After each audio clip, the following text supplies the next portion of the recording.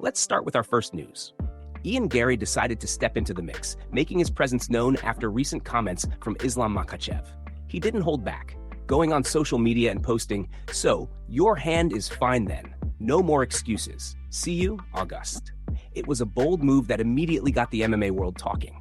Garry's message was clear. He's ready for action and isn't letting any injuries or delays slow him down. Meanwhile, the anticipation around Makachev's next fight continues to build. Fans and fighters alike are speculating about who the UFC will choose as his next opponent. On social media, both Garry and Michael Morales are calling for the opportunity, making their intentions loud and clear.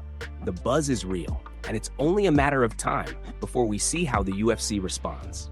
The dynamics in this lightweight division are heating up fast. Garry's willingness to confront Makachev directly adds an exciting layer to the ongoing story. This isn't just about a fight, it's about statements, momentum, and seizing the chance when it comes. Fighters like Garry understand that timing and visibility can be just as crucial as skill inside the octagon. As we watch the situation unfold, it's clear that both Garry and Morales are positioning themselves for a big moment. Their social media activity is part of the modern fight game, building hype, engaging fans, and making sure they're on the UFC's radar. The coming months are going to be pivotal for this division, with matchups that could shape careers and redefine rivalries. For now, all eyes are on Makachev's next move. Will he face Garry, Morales, or someone else entirely? The tension is mounting, and the excitement is real. Every post, every comment, and every reaction adds fuel to what promises to be an electrifying chapter in the UFC. Move on to another news. Jorge Masvidal and Joe Pyfer recently shared their predictions for the upcoming fight between Khamzat and Sean Strickland during the same podcast, and both of them are leaning heavily towards Strickland taking the win. Masvidal didn't hesitate, saying, "I got my money on Sean on this one, bro." Pyfer quickly agreed, adding that Strickland doesn't do anything fancy, but his style works perfectly for him.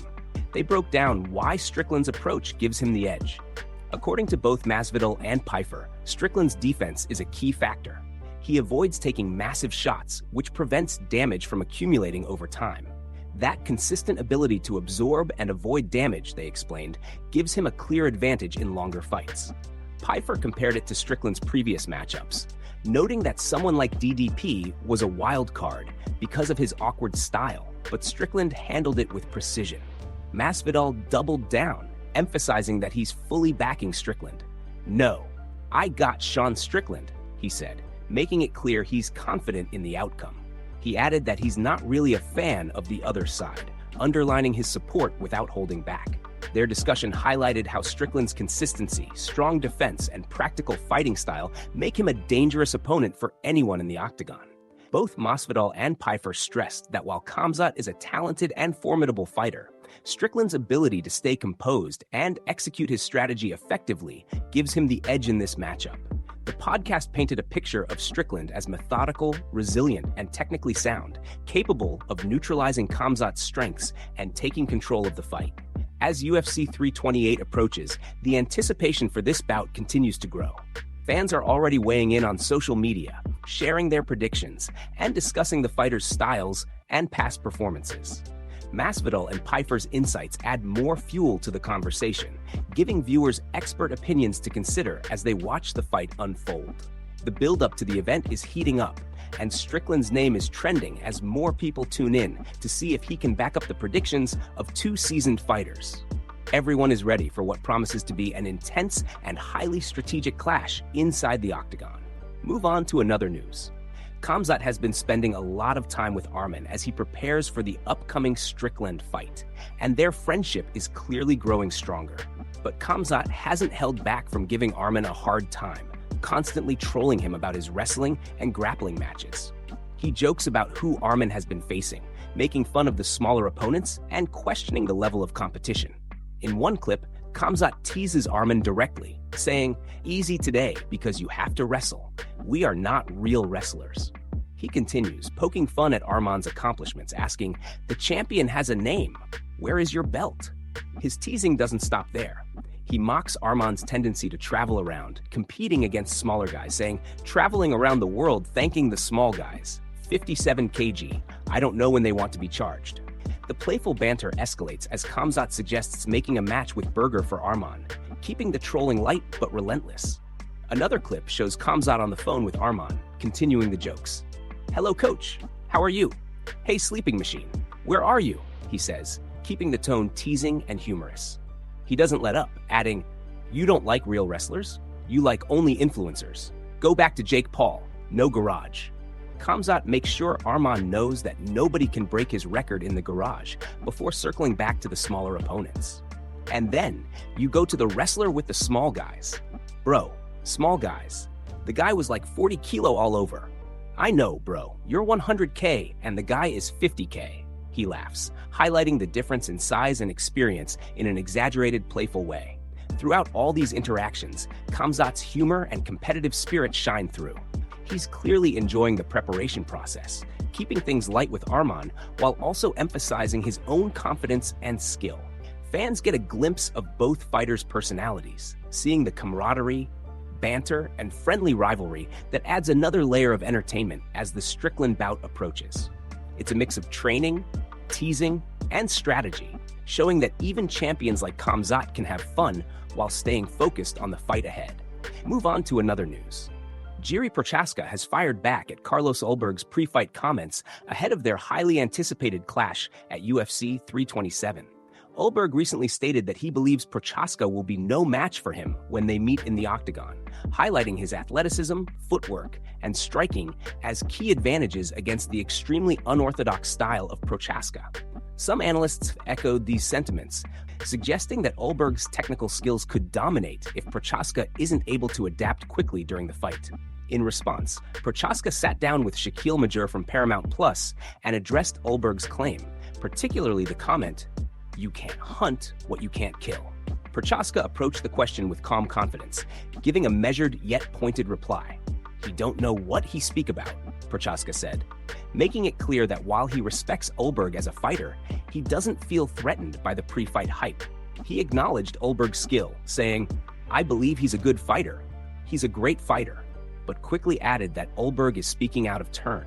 Prochazka also emphasized that he isn't interested in trash talk or escalating the verbal exchange unnecessarily. "But he don't know what he speak about right now. And I will not speak about him because I didn't stay in the cage with him," he explained. His focus remains firmly on preparation and strategy rather than letting pre-fight comments dictate his mindset. He closed by asserting his readiness for any scenario that may unfold inside the octagon. "I am prepared for a just, whatever it will happen between us in the cage," he said, reinforcing his reputation as a fighter who adapts quickly and thrives under pressure. Prochazka's response strikes a balance between confidence and professionalism, showing that he respects the sport while maintaining his own edge. As UFC 327 approaches, fans can expect a highly competitive matchup, with both fighters bringing unique skills and styles into the cage. Prochazka's calm, measured reply adds to the anticipation, highlighting his strategic mindset and mental toughness. The tension is building, and his words make it clear that when the fight begins, he will be fully focused and ready to dominate, regardless of the pre-fight hype surrounding Ulberg's comments. Move on to another news. Arman recently shared his thoughts on a potential matchup with Islam Makhachev, and his comments are sparking plenty of conversation. While it's clear that Arman is focused on a fight with Ilya, he addressed whether a bout with Makachev is still on his radar. When asked if he sees that fight happening one day, he was blunt and direct. "No, not really. Never," Arman said, making it clear that a matchup with Makachev isn't something he's counting on. He went on to explain his reasoning, suggesting that Makachev might retire soon. "I think in 2 fights he's gone," Arman predicted confidently, showing his belief that Makachev's career is nearing its end.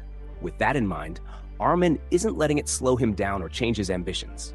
He emphasized that his focus is entirely on taking over the sport and becoming a defining figure in the UFC. "Me? I'm going to take over this sport in 1 year," he said, underlining his determination and the clarity of his goals. Arman continued by highlighting how he wants fans and fighters alike to recognize him as a key figure in the UFC. "Everybody is going to just see me.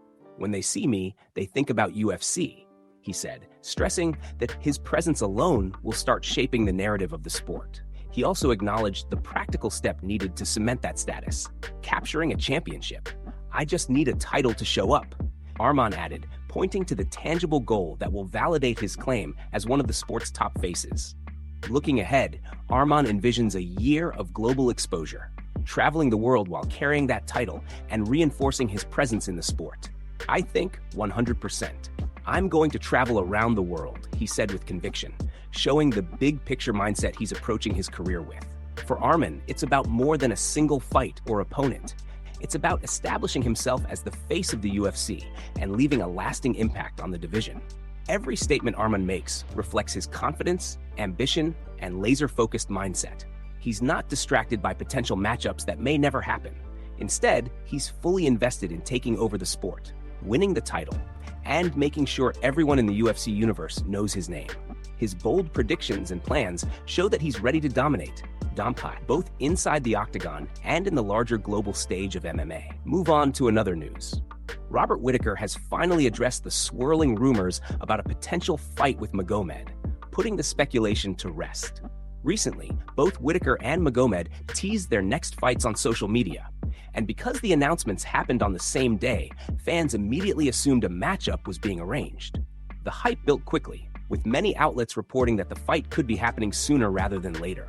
However, Whittaker appeared on Main Event TV this morning and clarified the situation, shutting down any talk of a fight with Magomed. "I don't think so," Whittaker said clearly. He explained that while their announcements coincided, it doesn't mean a fight is scheduled. "I do know that we both announced our fights and the dates kind of lined up, but I don't think that fight's happening," he added, emphasizing that the timing was purely coincidental and not indicative of a matchup in the works. Whittaker went on to address the constant rumors surrounding him, noting that speculation about his next opponent seems to appear every week. "There's a lot of speculation. I see a new rumored fight card with me and somebody else there every week," he said, showing his awareness of the media frenzy that follows every fighter of his caliber. Despite the rumors, he remains grounded and focused on his career. He also highlighted the strong working relationship he has with the UFC, pointing out that he trusts the organization to arrange fights appropriately. "Usually my relationship with the UFC is pretty good, so I try and give a date that I'll be prepared to fight, and they hook me up with the assignment," Whittaker explained. His confidence in the process reflects a professional approach to scheduling and preparation, showing that he prefers clarity and structure over chasing every rumored fight. Whittaker concluded by reaffirming his commitment to this approach. "I like the way we've done business, and I don't think I'll change it yet," he said, signaling that he will continue to work with the UFC in an organized and methodical way, rather than getting drawn into unconfirmed rumors. His comments put to rest the hype around a potential fight with Magomed and demonstrate his focus on preparing strategically for his upcoming matches, keeping fans and analysts aligned with reality rather than speculation. Move on to another news. The situation between Ilia Topuria and Islam Makhachev has continued to spark confusion, and now Topuria's manager has weighed in to clarify the events. Yesterday, we reported that Topuria claimed the fight with Makachev was nearly finalized until Makachev pulled out, leaving fans and analysts questioning what really happened. Many assumed that Makachev's hand injury prevented him from competing on the White House card, and both Dana White and Ali Abdelaziz had confirmed that explanation. However, Makachev later stated that he accepted the fight, claiming that Topuria was asking for an unreal amount, which caused the bout not to happen. This conflicting narrative only added to the confusion, leaving the MMA community debating the truth behind the canceled matchup. Topuria's manager, Molly Kawa, finally addressed the situation this morning on X, aiming to set the record straight and clarify the sequence of events. Kawa emphasized that Topuria and his team were transparent throughout the process, stating, "There's no lie.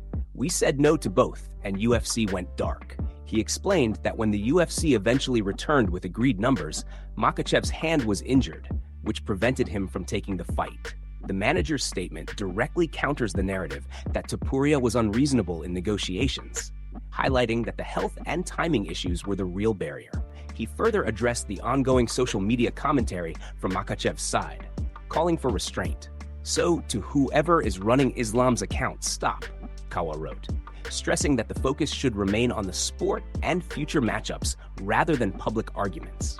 He added that once the White House card concludes, Topuria and his team will continue to pursue the fight and the compensation that comes with it. This clarification from Topuria's camp sheds light on the complicated back and forth and reaffirms that both fighters are still interested in the matchup when the circumstances are right. Kawa's comments serve to protect Topuria's reputation, showing that his team is committed to transparency and fair negotiations while waiting for Makachev to be fully ready to compete. Fans can expect further updates as both camps navigate the logistics and timing for this anticipated fight, ensuring that when it finally happens, it will be on terms that are safe, fair, and agreed upon by both sides.